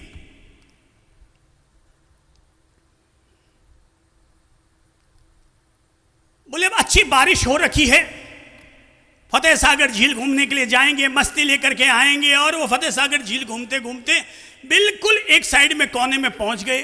रात पड़ने लग गई। बोले अब यार रात को कौन लौटे, यहीं पर आज रात का मजा लेंगे, रात का मजा लेंगे। रात को 9 बज गई, भूख लग गई। बोले क्या करें? बोले बगल में गांव है, थोड़ा दूध वूध कहीं से ले आते हैं, खीर बनाएंगे, मस्ती से ठोकेंगे। अब लेके भी आगे दूध ले आई, चावल ले आई, चीनी ले आई, इलायची ले आए और मस्ती से खीर बनाई, भोग लगाया। दूध कुछ ज़्यादा ही आ गया था। बोले कहीं कम ना पड़ जाए, इसलिए थोड़े ज़्यादा ही खीर बनाई। और जब खीर वीर धाप के खा लिए, बोले अभी भी करीबन किलो सवा किलो खीर बच गई। बोले रख देते यार, अपन सुबह उठेंगे ना तब अपन खाएंगे। एक ने कहा सुबह उठेंगे खाएंगे तो सही, पर सुबह उठेंगे खाने वाले तीर और खीर केवल इतनी सी 1 किलो कैसे पार लगेगी? बोले एक काम करते हैं, अपन सब सो जाते हैं और जिसको सबसे अच्छा सपना आएगा वो व्यक्ति सुबह उठ करके खीर खाएगा। ये बात मैं उन लोगों के लिए कह रहा हूं जो केवल सोचते रहते हैं, केवल बातें करते रहते हैं, केवल सपने देखते रहते हैं, पर सपनों को पूरा करने के लिए कोई काम नहीं करते। और तीनों लोग सो गए। सुबह खीर कौन पिएगा? जिसका सपना सबसे अच्छा होगा। बिल्कुल ठीक है आपने, जिसका सपना सबसे अच्छा होगा वही व्यक्ति सुबह उठ करके खीर पिएगा। अब सो गए तीनों मस्ती से। अगले दिन सुबह 6:30 बजे 7 बजे सबकी आंख खुली। बोले फटाफट सब उठे, हाथ मुंह धो करके आए और बोले अब सबसे पहले खीर पीते हैं, खीर पीते हैं। एक कहता है मैं पीऊंगा, दूसरा कहता है मैं पीऊंगा, तीसरा कहता है मैं पीऊंगा। उसने कहा पिएगा कौन? पिएगा तो वही ना जिसको सबसे अच्छा सपना आया है। बोले पहले अपना सपना सुनाओ। एक ने कहा मुझे बड़ा जबरदस्त सपना आया। बोले क्या सपना आया? बोले रात को चक्रेश्वरी माता आई, उन्होंने मुझे कहा कि चल पालितना तीर्थ लेकर चलती हूँ, और मुझे पालितना तीर्थ लेकर गए और वहाँ आदिनाथ भगवान की परिक्रमा करवाई, रायण रूख की मुझे परिक्रमा करवाई, मुझे पूरा पालितना तीर्थ का दर्शन करवाया। वाकई मुझे बहुत अच्छा सपना आया, इसलिए खीर तो मैं पीऊंगा। दूसरे ने कहा अरे माना तेरा सपना अच्छा होगा, पर मेरा सपना तेरे से भी ज्यादा स्टैंडर्ड है, ज्यादा बेहतर है। बोले तुझे क्या सपना आया? बोले रात को पार्वती जी आए और पार्वती जी ने कहा हे तू यहां सोया सोया क्या कर रहा है, चल मेरे साथ, मैं तुझे कैलाश पर्वत पर ले चलती हूं। और पार्वती जी मुझे कैलाश पर्वत पर लेकर गए। वहां गणेश जी, कार्तिकेय, सबके साथ मैंने गेम खेला। शिव जी के मैंने प्रत्यक्ष दर्शन किए, महादेव जी के। और उनके साथ खेल कर आया तो गणेश जी ने मुझे रवाना होते समय कहा था, ए बेटा तू वापस नीचे जा रहा है ना, ध्यान रखना वहाँ खीर का कटोरा रखा हुआ है, तू ही जाकर के पी लेना। सो खीर का कटोरा तो मैं ही पीऊँगा। दूसरा वाला जैसे आगे बढ़ा उसने कहा, भाई मेरा भी तो सपना सुन लो, तुम दोनों तो आगे बढ़ रहे हो, मेरा भी तो सपना सुन लो। बोले तेरा सपना क्या है? बोले दरअसल क्या हुआ, रात को 2 बजे हनुमान जी आए। कौन आए? हनुमान जी आए, अपनी गदा उठाई और दी मेरे पीछे 2 सड़ाक के, खड़े हो। बोले क्या क्या क्या क्या तुम कहना क्या चाहते हो? बोले हनुमान जी आए उन्होंने मुझे 2 गदा मारी। बोले खड़ा हो। मैंने कहा क्या क्या क्या क्या भगवान क्या करना है? बोले खड़ा हो, खीर का कटोरा पी जा। खड़ा हो और खीर का कटोरा पी जा। बोले क्या? तुम बोले मैं क्या करूं? मैं हनुमान जी के, वो हनुमान जी के सोटों का कौन सामना करे? हनुमान जी के सोटों का सामना तो लंकेश भी नहीं कर पाया, तो मैं कहां से करूंगा? तो मैं क्या करूं? हनुमान जी सामने थे तो मैं डर गया, तो मैंने तो उठा करके खीर का कटोरा पी लिया। दोनों यार तुम कर क्या रहे हो? दौड़ कर आए और वो जैसे खीर का कटोरा देखा, ढक्कन तो खोला तो खीर गायब। उन दोनों ने कहा तुम बड़ा स्वार्थी निकला रे। अरे तू इतना स्वार्थी निकला, तेरे 2 दोस्त बगल में थे, हनुमान जी आए थे, तो उनको कह नहीं सकते थे कि हनुमान जी जरा 2 मिनट के लिए ठहरो, मेरे 2 दोस्त और हैं, थोड़ा थोड़ा उनको भी पिला दूं। मैंने तो हनुमान जी से कहा था कि जय बजरंग बली कर भली, आड़ काढ़ी की तोड़ नली। मैंने तो कहा था हनुमान जी जय हनुमान ज्ञान गुण सागर, अरे मेरे 2 दोस्त और हैं, उनको भी थोड़ा थोड़ा पिला दो। हनुमान जी ने कहा तू तेरे पी जा। उनमें से एक पालितना गया और दूसरा कैलाश पर्वत पर गया है, वो दोनों यहाँ पर अभी यहाँ पर वो दोनों ही नहीं हैं। तू तो खड़ा हो और पी जा। अब तुम ही बताओ मैं क्या करूं? मैं पी गया। पिएगा वही जो जागेगा, जो जागेगा वही पिएगा, जो जागेगा वही कुछ करेगा, जो जागेगा वही करेगा, जो करेगा वही पाएगा। और जो कुछ करता ही नहीं है, जागता ही नहीं है, तो पाता फिर कहां से होगा? अगर हमें अपनी जिंदगी को आगे बढ़ाना है, साधना में भी मैं कहूँगा आप आगे बढ़ो, पर अगर दिन भर आलस में पड़े रहोगे तो साधना में कैसे आगे बढ़ोगे? माला जपनी है, कौन जपे यार, ठीक है नहीं आ रहा, ठीक है वाह। तो वो जब माला नहीं जपेगा तो परमात्मा का सामीप्य कैसे पाएगा? वो परमात्मा का आशीर्वाद कैसे पाएगा? बोले धंधा करने, बोले कौन जावे, दुकान में बैठा नहीं, ग्राहक आए तो ठीक है, नहीं वाह पढ़िए। हाँ, ऐसे व्यक्ति वो केवल रोटी में ही अपनी ज़िंदगी गुजारते हैं, इसके अलावा वो कुछ नहीं कर पाते हैं। और अगर आगे का कुछ करना है तो मैं फिर कहूँगा दुकान का मोह छोड़ो, बाउंड्री का मोह छोड़ो, बाहर निकलो। बाहर में अनंत संभावनाएं हैं। दुकान में तेरी ज़मीन है और छत है, बाहर निकल गई तो पूरा आसमान है। बाहर निकल गए तो पूरा आसमान है। दुनिया बहुत बड़ी है, यहाँ कर गुजरने के लिए बहुत कुछ है, केवल हमें एक चीज़ छोड़नी पड़ेगी और वो है क्या है? आलस्य। एक ही चीज़ छोड़नी पड़ेगी, वो है आलस्य। अभी ज़रा मैं आपसे पूछूं, मान लीजिए कि अभी आप किसी गली से जा रहे हैं तो पीछे अगर कुत्ता पड़ जाए तो आप क्या करेंगे? आलसी बनेंगे? क्या करेंगे? दौड़ेंगे, भागेंगे? ए भगवान आपसे विनती है, आप सबके पीछे कोई ना कोई कुत्ता लगा दो। हे भगवान जी, आप सबके पीछे कोई ना कोई कुत्ता लगा दो ताकि हर आदमी दौड़ने के लिए उत्सुक हो, वरना हर आदमी बैठ गया है। भाई मंदिर जी में भगवान ही बैठे हुए अच्छे लगते हैं, धरती पर तो चलता फिरता इंसान ही अच्छा लगता है। हमारे पास 2 मार्ग हैं, एक है लेजीनेस, दूसरा है एक्टिवनेस। पहला कौन सा है? लेजीनेस, जो हमें यहीं जाम करके रखेगा, और दूसरा है एक्टिवनेस, जो हमें आगे बढ़ने का हमारे लिए रास्ता खोलेगा। लेजीनेस रहोगे तो दरवाजे के अंदर रहोगे, और एक्टिवनेस लाओगे तो आपके लिए तरक्की के दरवाजे आगे से आगे खुलते चले जाएंगे। भाग्य के दरवाजे, किस्मत के दरवाजे आपके लिए खुलते चले जाएंगे। इसलिए मैंने कहा डोंट बी लेजी, आलस मत करो, बी एक्टिव, अपने आप को सक्रिय करो। लेजीनेस क्यों? क्यों है हमें लेजीनेस, हमें क्यों है, हम आलसी क्यों बन जाते हैं? नंबर 1, ढूंढो, अपने में ढूंढो कि मैं अगर आलस से खा रहा हूं तो किसकी वजह से? नंबर 1,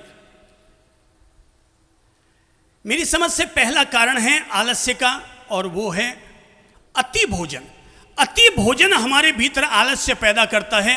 जरा आप में से कोई बात आदमी खड़े होकर मुझे बताइए कि दाल बाटी चूरमा घी डाल डाल ने ठोकिया है, अब मेरा बाद रमाने कहीं आई, नींद आई, आलस आई, तो इसका मतलब ये हो कि अति भोजन करने वाला व्यक्ति हमेशा आलस्य की तरफ बढ़ता है। अति भोजन हमेशा आदमी को नेगेटिविटी देता है। इसलिए पहला जरूरी है कि हम संतुलित भोजन करें। ज्यादा खाएंगे तो खा पी के केवल पड़े रहेंगे। एक्टिवनेस अगर चाहिए तो हल्का फुल्का आहार लो, वो आहार लो जो हमें अंदर से पौष्टिकता देता है। आजकल जितनी भी जीवनवारियां होती हैं वो सब आलसी बनाने का काम कर रही हैं। जितनी भी शादियां हो रही है वो इंसान को आलसी बनाने का काम कर रही है।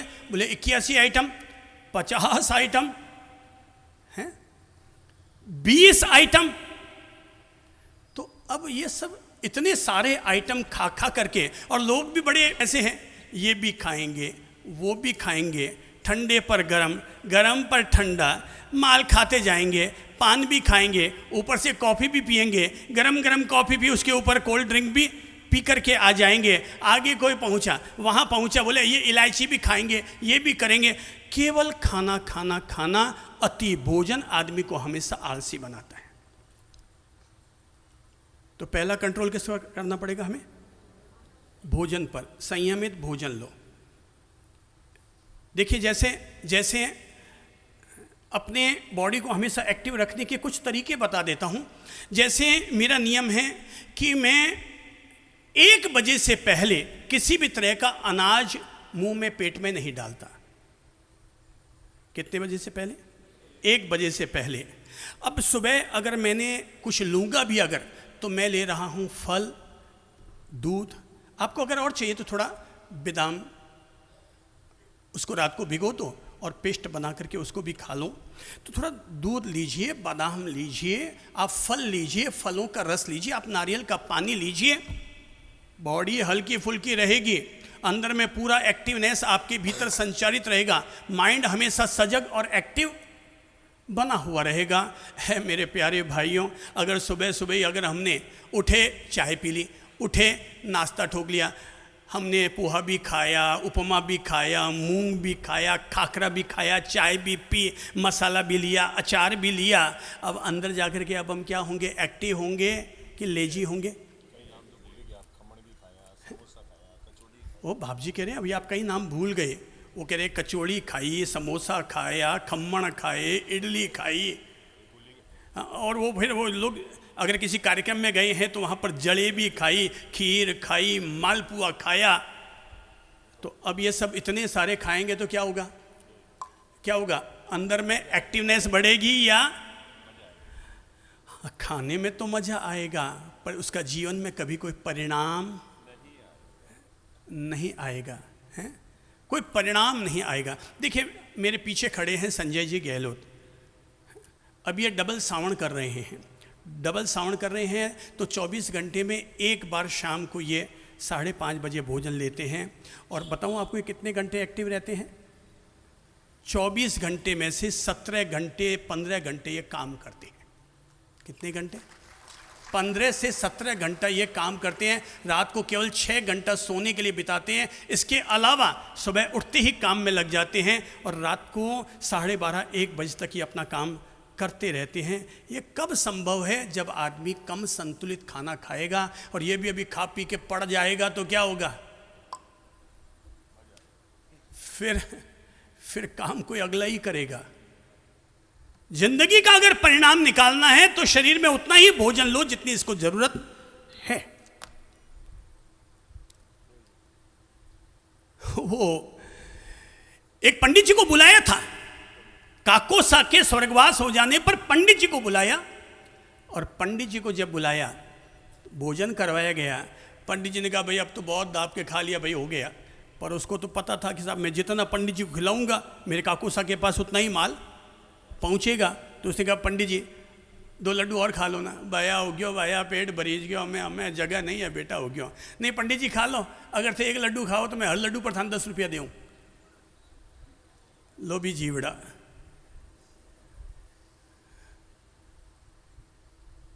पाँव की मोच दिमाग की सोच कभी आदमी को आगे नहीं बढ़ने देती है। टूटी कलम औरों से जलन इंसान को अपना भाग्य नहीं लिखने देती है। टूटी कलम औरों से जलन इंसान को कभी अपना भाग्य नहीं लिखने देती है। मेरा मजहब ऊंचा और अगले का मजहब ओछा, ये सोच कभी इंसान को इंसान नहीं बनने देती है। और काम का आलस और पैसों का लालच ये कभी भी इंसान को महान नहीं बनने देते हैं। तो कहा कि लड्डू खा लो पंडित जी 10 रुपये एक्स्ट्रा। अब भाई पैसों का लालच पैदा हुआ, पैसा का लालच आदमी को महान नहीं बनने देता। बोले ठीक है भाया तू इतना ही कहे तो ला 2 लाडू और दे दे।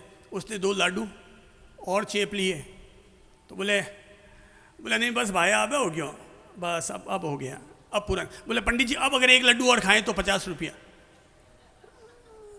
क्यों? कि मुझे तो मेरे काकोसा के पास माल पहुंचाना है। अब वो अरे भाई अब तू तो ही कहे तो ला भाई 2 लाडू और दे और खा लूँ। और खा लिया, अब उतर ही नहीं रहे अंदर। तो बोले पंडित जी अब अगर खाओ तो 100 रुपया पर लड्डू पर। अब पंडित जी क्या करेंगे, खाएंगे कि छोड़ेंगे?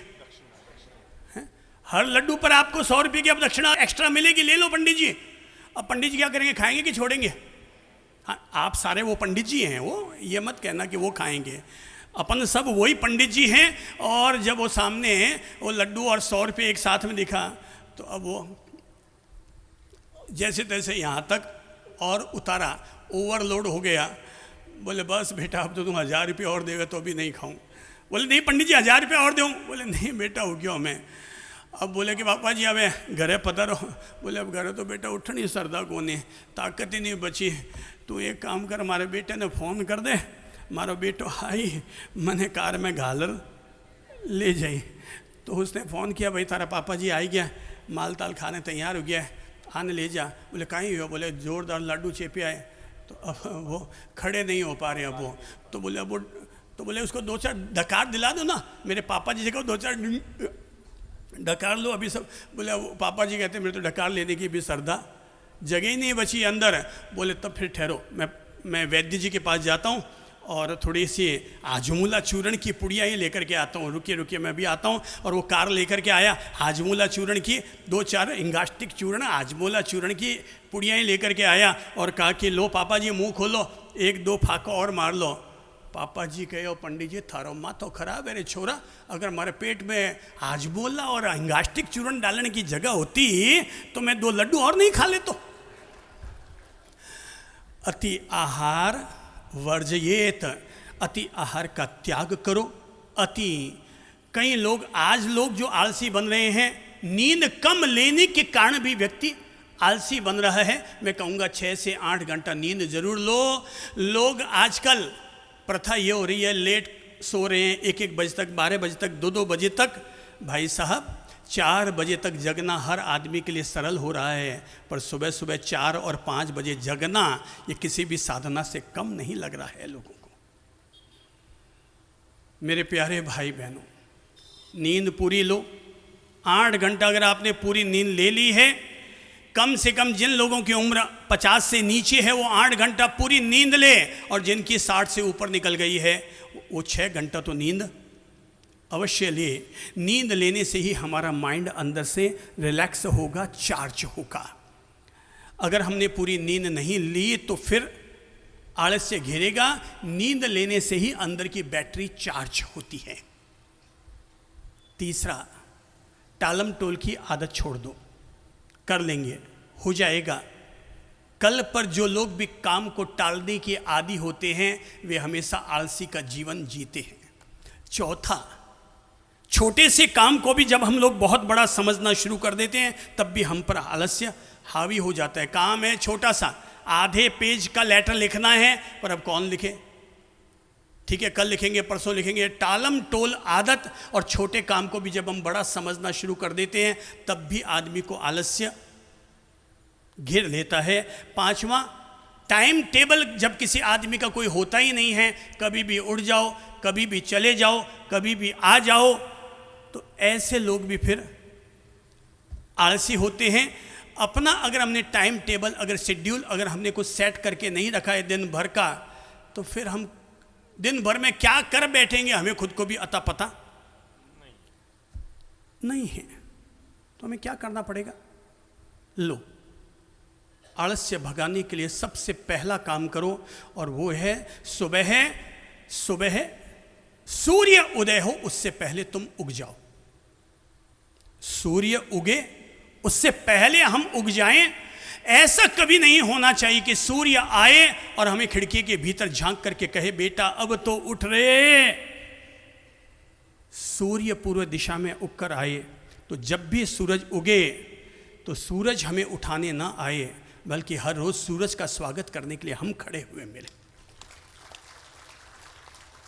इधर सूरज उगा और उससे पहले हम खिड़की के सामने खड़े हैं और सूर्य देव का स्वागत कर रहे हैं और कह रहे हैं पधारो ए एनर्जी पावर, ए सूर्य तुम आओ, हम तुम्हारा स्वागत करते हैं। तुम ईश्वर का वो दीपक हो जो हमेशा हमें उजाला देते हो। सूरज का स्वागत करो, आगे बढ़ो, क्योंकि सूरज रोजाना अपनी किरणों के साथ हमारे लिए ऊर्जा लेकर आता है, हमारे लिए भाग्य लेकर आता है। और भाग्य का स्वागत करने के लिए हमेशा अगर खड़े रहोगे तो आपकी झोली में आ जाएगा, वरना वो बगल वाली की झोली में डाल के आगे खिसक जाएगा। सावधान, पहला काम करो, सूरज उगे उससे पहले हम उग जाएं। चिड़ियाएँ उठ जाती हैं, पंछी उड़ जाते हैं, कोई उड़ रहे हैं, कोई चहचहा रहे हैं, और हम हैं जो रजाई के अंदर एसी चला करके सोए पड़े हैं। पहला काम करो जल्दी जगने की आदत, और ये तभी जग पाओगे जब रात को जल्दी सोने की आदत डालेंगे। अगर हम रात को 1 बजे सो रहे हैं तो सुबह 6 बजे हम कभी भी उठ नहीं पाएंगे। ध्यान रखो, जो व्यक्ति रात को 10 बजे तक सो जाता है उसका सोना उसके लिए सोना है, जो 11 बजे तक सोता है उसका सोना चांदी है, और जो व्यक्ति रात को 12 बजे तक भी सोया पड़ा रहता है उसका तो सोना भी धूल धानी और राख छानी है। सुबह जो व्यक्ति 6 बजे से पहले जग जाता है उसका जगना डायमंड है। 7 बजे से पहले जगने वाला सोना है, 8 बजे तक भी सोए पड़े रहने वाला लोहा है, और जो उसके बाद भी सोया पड़ा है फिर बोलो धूलधानी राक्षाणी, उसकी कीमत, उसका जगना मिट्टी के बराबर है।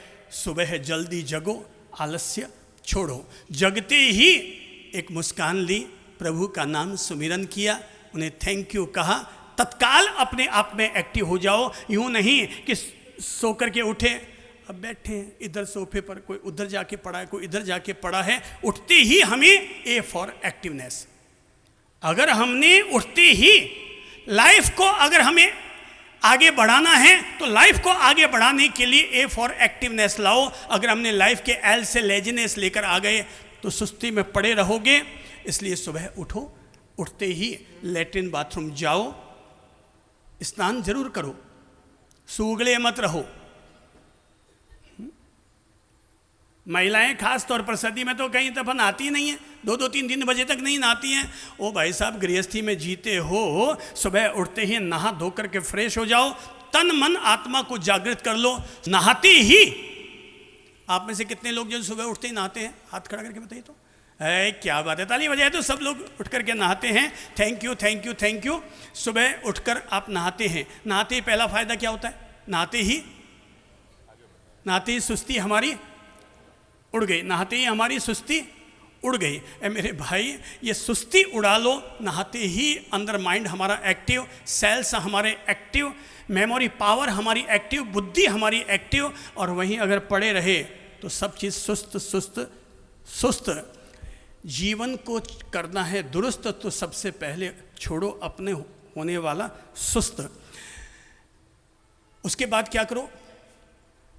तो मैं कहूँगा नहाने के बाद आओ बाहर और 30 मिनट अपनी हेल्थ के लिए ज़रूर दो, अपनी फिटनेस के लिए दो, अपने पावर योगा के लिए दो, अपने आप को एक्टिव करो।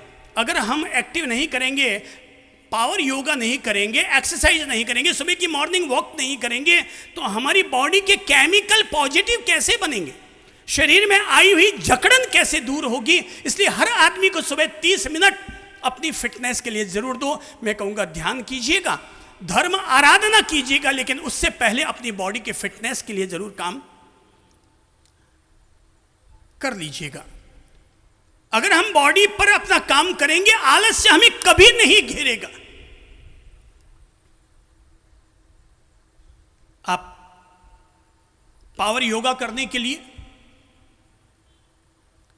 घर के दरवाजे खोलिए, खिड़कियां खोलिए, कुदरत की फ्रेश हवा आने दीजिए। अब वहां बैठ करके आप मोमेंटेबल योगा कर सकते हैं, आप वार्म अप योगा कर सकते हैं, आप स्ट्रेचिंग योगा कर सकते हैं,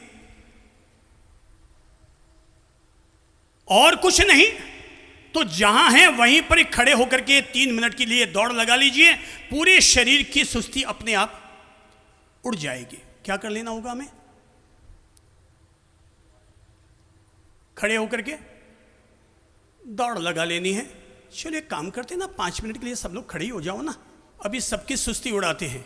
चलिए काम करते हैं, केवल 30 सेकंड के लिए आप जहां पर जो खड़ा है वहीं पर ही 30 सेकंड के लिए, आधा मिनट के लिए, अभी 5 मिनट में सारी सुस्ती कैसे उड़ती है और अपने आप को कैसे एक्टिव किया जा सकता है, अपन उसका गुर सीख लेते हैं। चलो आधा मिनट के लिए सब लोग जो जहां खड़े हैं वहीं पर ही कदम ताल कीजिए, जो जहां खड़ा है वहीं पर ही परेड कर लीजिए।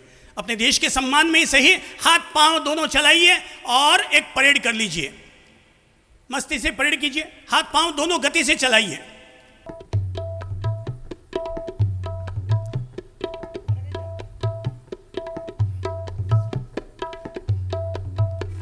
सारे जहां से अच्छा हिंदुस्तान हमारा, हमारा सारे जहां से अच्छा। हाथ पांव दोनों एक गति से, एक गति से।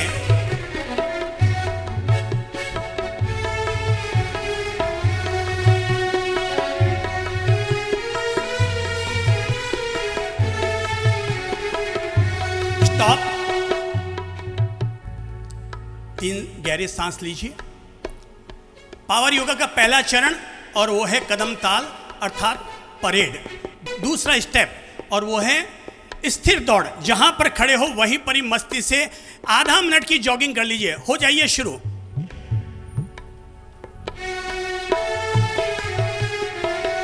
एक मस्ती भरी दौड़ लगाइए, हाथ पांव दोनों चलाइए। देख लीजिए, सहयोगी को देख लीजिए, मस्ती से पूरी ऊर्जा के साथ।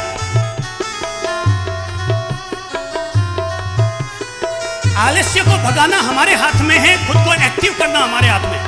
लगाओ मस्ती से दौड़। केवल 5 मिनट में सबकी बैंड ढीली हो जाएगी।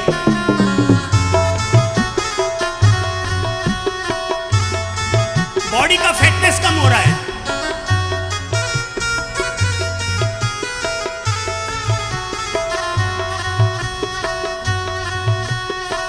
स्टॉप। शरीर को सहज कीजिए और 3 सहज सांस लीजिए।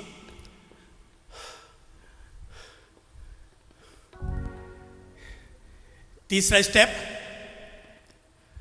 स्टेप है पीटी। जो जहां खड़ा है, बचपन की पीटी को याद कीजिए और किस तरह से हमारी बॉडी पूरी खुल जाती थी। आइए मस्ती से पहले 1 सेकंड देख लीजिए। हो जाइए शुरू आधा मिनट के लिए। हाथ पांव एक साथ। स्वास्थ्य सप्ताह।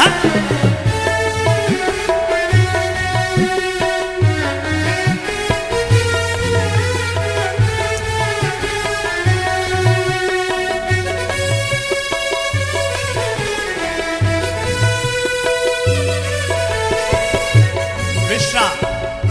3 सहज सांस। सारी आलस से निकल रही है, सारी सुस्ती मिट रही है। जिनको भी लगता है दिन में सुस्ती आ गई, तो सुस्ती को मिटाने के लिए आप अपने मुंह में लौंग रख लीजिए, उसको चूसेंगे, माइंड अपने आप एक्टिव होगा, सुस्ती निकल जाएगी। जिनको लगता है दिमाग में सुस्ती आ रही है, एक इलायची मुंह में रख लीजिए, उसे चूसिए, चूसते चूसते अपने आप ही अंदर में माइंड सुस्ती भगा देगा, एक्टिवनेस आ जाएगा। और ये तो सुबह सुबह का पावर योगा है जो हमारी सुस्ती को दूर करता है और दिन भर काम करने के लिए हमें समर्थ बनाता है। ये जो आप कर रहे हैं ये सुस्ती उड़ाने के लिए और दिन भर काम करने के लिए हम हमारी बॉडी को पावरफुल बना रहे हैं, समर्थ बना रहे हैं। और समर्थ बनाने के लिए अब चौथा काम कर रहे हैं और वो है रस्सी कूद। बचपन की तरफ ले चलता हूं, अब ले आओ हाथ में रस्सी और मस्ती से आधा से 1 मिनट तक मस्ती, रस्सी कूद।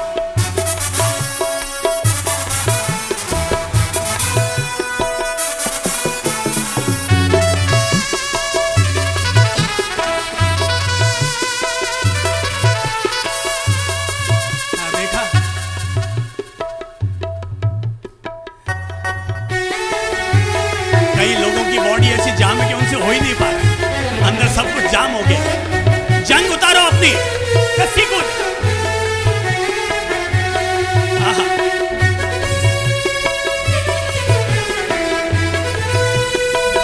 विश्राम, 3 सहज सांस लो। जो लोग नहीं कर पाए ना उनको क्या करना पड़ेगा, अपनी बॉडी पर और काम करना पड़ेगा। अपन ने केवल 2 मिनट का अभ्यास किया, उसमें कईयों के पसीने आ रहे हैं, कईयों का कुछ हो रहा है। अर्थात सब लोगों को अपनी बॉडी पर काम करने की ज़रूरत है, अपनी अपनी सुस्ती और आलस से मिटाने की ज़रूरत है। 5वां स्टेप करवा रहा हूं, हाथ खोलो, अपने सामने लाओ। सबके दिमाग को एक्टिव कर रहा हूं, दिमाग के ब्लॉकेज, हार्ट के ब्लॉकेज खुलवाते हैं। अपने दिमाग को तेज करने के लिए अत्यंत पावरफुल तरीका है। दोनों हाथ खोलो और मस्ती से 1 मिनट तक ताली बजाओ। पूरे हाथ खोलकर, पूरे हाथ खोलो, ताली बजाओ। पूरे हाथ खोलो। दिमाग को तेज करने का मुफ्त का पावर, मुफ्त का इलाज, मुफ्त का प्रयोग।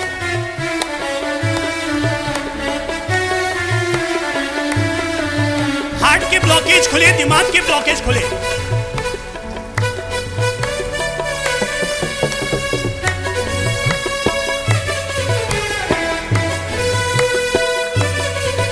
पूरी ऊर्जा से बजाएं।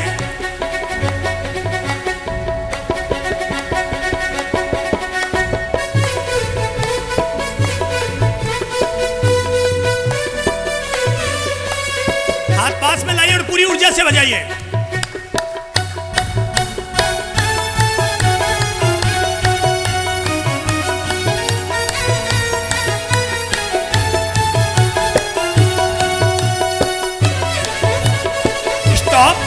दोनों हाथ सामने लाइए और देखिए हाथों पर क्या असर आया है। हाथों में जो वाइब्रेशन हो रहे हैं उसे अनुभव कीजिए। ये वो अद्भुत प्रयोग था जो हमारे दिमाग को तेजस्वी बनाता है, हार्ट के ब्लॉकेज खोलता है, हार्ट को मजबूत बनाता है, पसलियों को मजबूत बनाने वाला ये प्रयोग था। हमने एक छोटे से प्रयोग से अपने हाथ के 350 एक्यूप्रेशर के पॉइंट एक साथ दबा लिए। घर्षण कीजिए मस्ती से, पूरी ऊर्जा के साथ।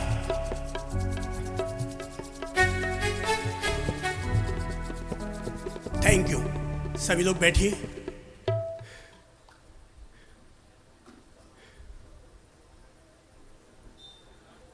सुस्ती को दूर करने के लिए मैंने एक छोटा सा प्रयोग आप सब लोगों को करवा दिया। आलस्य को मिटाना इंसान के हाथ में है, खुद को ए फॉर एक्टिव करना ये भी इंसान के अपने हाथ में है। आदमी चाहे तो अपने आप को एक्टिव कर सकता है। दोपहर का जब भोजन लें तो सावधानी रखें, अति आहार वर्जयित, त्याग करो। जो संतुलित आहार करता है वो अपना चिकित्सक खुद होता है। जो संतुलित आहार करता है वो अपना डॉक्टर खुद होता है। डॉक्टर के पास उन्हीं को जाना पड़ता है जो लोग अति आहार करते हैं। चौथा बिंदु ये जरूर निवेदन करूंगा, अगर किसी को लगता है साहब उसका शरीर दुखता है, हर समय दुखता रहता है, तो मैं कहूँगा सबसे पहले अपने खान पान को बदलो। कम करनी हो दवाइयाँ तो कम करो थालियाँ। सब बोलो, कम करनी हो दवाइयाँ तो कम करो थालियाँ। भोजन को पहले संतुलित करो। फिर भी अगर लगता है कि मेरी बॉडी में दर्द है, आप किसी भी फिजियोथेरेपिस्ट से सलाह लो, ताकि घुटने में, कमर में कहीं भी अगर दर्द है तो आपको एक्सरसाइज बता सकते हैं और नियमित उसका अभ्यास कीजिए और आने वाले 15 दिनों में उस कमजोरी को अपने जीवन से निकाल बाहर फेंकिए। फिर भी अगर ज़रूरत लग रही हो और कोई होम्योपैथिक, आयुर्वेदिक एलोपैथिक, कोई भी अगर दवा की ज़रूरत लग रही है फिर भी, तो दवा लेने में भी कोई दिक्कत नहीं है, पर अपने आप को भली दवा के लेकर ही सही, पर अपने आप को फिट करो, हमेशा खुद को फिट रखो, एक्टिव रखो, खुद को हमेशा फिट और एक्टिव रखो। पांचवा अनुरोध ये जरूर कर दूंगा, हमेशा एक अच्छा लक्ष्य, एक अच्छी वर्क प्लानिंग के साथ अपने दिन की शुरुआत करो और अपने दिन को पूरा करो। अगर हम लोग अच्छी प्लानिंग के साथ अगर अपने दिन की शुरुआत करते हैं, पूरा करते हैं, हम हर दिन 7 दिन का काम हम यहाँ कर लेंगे। अच्छा लक्ष्य बनाओ, अपने प्रति हमेशा पॉजिटिव सोच रखो, पॉजिटिव एटीट्यूड रखो खुद के प्रति, जीवन के प्रति, और ये तय करके चलो, मैं जिस कुल में पैदा हुआ हूँ, मेरे मम्मी पापा ने मुझे पढ़ा लिखा करके तैयार किया है, मैं अब अपनी ज़िंदगी बैठे ठाले नहीं जीऊँगा, बल्कि अपनी ज़िंदगी का कोई ना कोई परिणाम जरूर निकालूंगा, अपनी जीवन का परिणाम निकालूंगा। ये जिसने अपने भीतर दृढ़ निश्चय कर लिया है, वो व्यक्ति कभी आलस्य नहीं खाएगा। हमेशा अपने जीवन को सार्थक कैसे करूं, इस बात की जागरूकता रखूं। मैं व्यक्तिगत तौर पर हमेशा इस बात का ध्यान रखता हूं कि मुझे दिन भर में कुछ ऐसे काम जरूर कर लेने चाहिए, जब मैं रात को सोने के लिए जाऊं तो भगवान ऊपर से मेरी पीठ थपथपाने के लिए आए, बेटा मैंने तुझे आज का दिन दिया, तूने अपने दिन को सार्थक किया। जब मैं सोने जाऊं और जब आप सोने जाएं तो आपके कुल देवता आपकी सोने से पहले पीठ थपथपाने के लिए आए, बेटा मुझे तुझ पर गौरव है, तू अपने दिन को सार्थक कर रहा है और बहुत अच्छे सार्थक सकारात्मक कार्य करके तूने अपना दिन गुजारा है, मैं तुझे अगला दिन और जीने का आशीर्वाद देता हूँ। और इस तरह से ज़िंदगी चाहे 100 साल की हो, चाहे 50 साल की हो, चाहे 20 साल की हो, मेरे प्यारे भाई बहनों, गधे जैसी आलसी ज़िंदगी 100 साल की ज़िंदगी जीने की बजाय शेर जैसी 20 साल की कर्मठ, कर्मयोगी और कुछ परिणाम देने वाली ज़िंदगी जीना कहीं ज़्यादा अच्छा है। Be active, be active, be active. अपने आप को हमेशा पावर से भर करके रखो और कुछ इतना कुछ करके जाओ कि आने वाला वंश आप पर गौरव करे और कह सके my father is great, my mother is great. मुझे गौरव है मेरे ऐसे पापा, मेरे ऐसे मम्मी जिन्होंने इतना कुछ किया जितना हम 4 जिंदगी में भी नहीं कर पाएंगे। अपने लिए जियो, समाज के लिए जियो, परिवार के लिए जियो, आत्म कल्याण के पथ पर जियो। जीने के लिए जीवन छोटा सा है, लाइफ इज शॉर्ट। सब बोलो लाइफ इज शॉर्ट, दोबारा बोलिए life is short, life is short. So क्या करें? Don't be lazy, don't be lazy, don't be lazy, don't be lazy. अपने आप से खुद को अफर्मेशन देते हुए अपने आप से कहते रहा करो, आई am powerful person, I M. मुट्ठी बांधो और अपने आप को मोटिवेट करते हुए कहो, अपने आलस्य को छोड़ते हुए, आई am powerful person, I am powerful person, I am powerful person, I M creative person, I M creative person. भाई साहब आप नहीं कर रहे हो तो चश्मा रखो, मोबाइल रखो। इंसान को आलसी बनाने में 2 चीज़ें बड़ी भूमिका अदा करती है, उनमें एक है मदिरा और दूसरा है मोबाइल। इसने इंसान को जितना इसने अच्छे कार्य करवाए हैं, इतने इसने आदमी को आलसी भी बना दिया है। अपने आप को मोटिवेट करते कहो, I am positive person, I M positive person, I M positive person, I am powerful person, I am powerful person. खुद को अफर्मेशन दीजिए, प्रेरणा दीजिए और अंदर की आत्मा को जगाइए। I am powerful person, I am confident person, I am confident person, I am confident person, I am successful person, I am successful person, I am successful person, I am successful person. इसी सफलता की भावना को लेकर, सार्थकता की भावना को लेकर सब खड़े हो जाइए।